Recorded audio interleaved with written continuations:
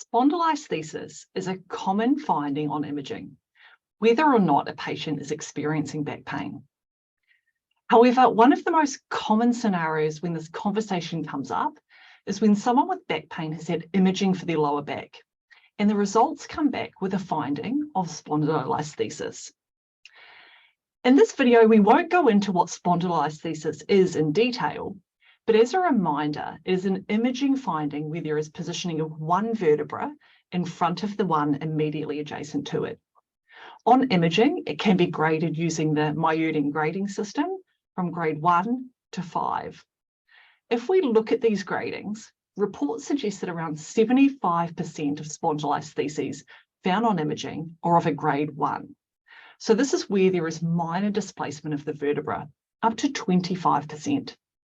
For the purpose of this video, we'll look at when someone has had a finding of lower grade spondylolisthesis, either in conjunction with their back pain or as an incidental finding. What is often really challenging as a clinician is navigating whether or not this finding on imaging is associated with the patient's symptoms or the extent to which this finding is contributing to their presentation. The reason for this is that many spondylolistheses are asymptomatic, and people have it for years without having any pain.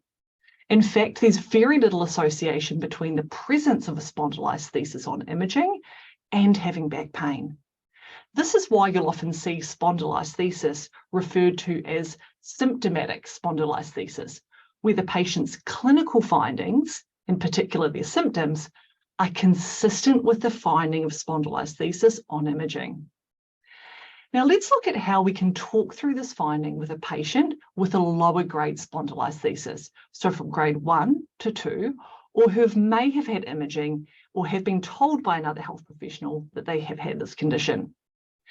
The first thing I want to do is find out what the patient understands. Have they read about this condition? What have they read, or what have they been told? And how does that fit with their experience of what's going on with their back? This will help you understand what they already know and therefore where to begin your explanation. Before jumping into a complex explanation about what spondylolisthesis is, it can be really helpful to orientate the patient to the spine itself. It can be helpful to use the MRI if you've got that on hand, or a model of the spine to orientate the patient as to where this is in their back. We need to be really careful here, as models of the spine, and even looking at the spine on MRI, without all the overlying soft tissue structures, it can look pretty fragile. So it might help here to orientate the patient to all of the structures in the lower back, especially those overlying the vertebra, like connective tissue and muscle, that contribute to it being a really strong and stable structure, even when we have changes to the position of the vertebra. We also need to be really careful here too, that by focusing on the spine, it can be really difficult later when I want the patient to understand that pain is complex, not just a problem in their back. So I'm going to keep all of this talk about the spine to a minimum, especially where someone has persistent pain. The next step can be to explain what spondylolisthesis is in a way that the patient would understand. The term spondylolisthesis is something that's found in the spine for many people when we undertake imaging. It relates to the MRI or CT finding when we see that one of the vertebrae or bones of the spine is sitting slightly forward of the one below. Often you'll read about words such as slippage of one vertebra on another, or that a vertebra has slipped out of place, but these are really misleading words and phrases. The position of your vertebra or spine with this condition is actually extremely stable, regardless of what position your back is in and what you're doing. There are many causes of spondylolisthesis. For some people, they're born with it, and for others, it gradually occurs over time. If people have previously had a fracture in their back, they're more susceptible to it as well. Next, we can look to normalize some of these findings. I think it's important to emphasize that spondylolisthesis is actually quite a common finding on imaging, and many people with this condition have no symptoms at all. In fact, up to around 10% of people have it, mostly mild, and have no problems at all, even people who play high levels of sport. For a lot of people, it is an incidental finding on an MRI in that they weren't expecting it, but it happened to be found and was actually unrelated to the problem they were experiencing. For some people, however, it can contribute to pain. So next we can explain to the patient what this means for them. If the imaging finding of spondylolisthesis fits with the patient's presentation and their history of pain, then it may very well be a relevant finding, acknowledging that this can be sometimes really hard to determine.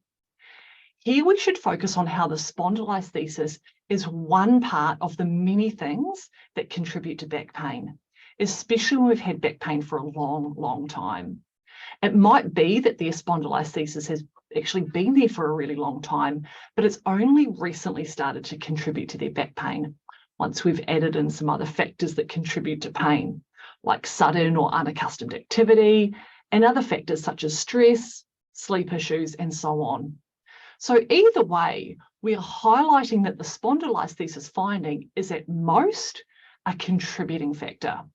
There's nothing that can or should be done from a structural sense for these lower grade spondylolistheses. So it's about trying to address the other factors that are contributing to the pain to best manage it and to be able to make a full recovery. Next, I'm going to check in with the patient.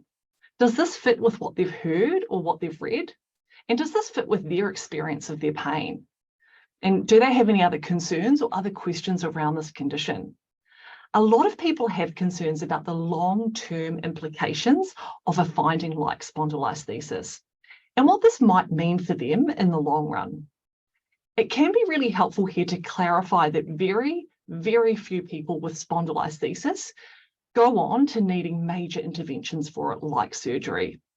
It can be helpful here too to emphasize that the best approach to managing spondylolisthesis is through approaches such as exercise and addressing things that may be contributing to the pain.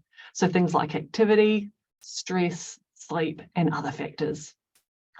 So in summary, often it can be quite difficult to determine if someone's finding of spondylolisthesis relates to their low back pain in a cause and effect relationship.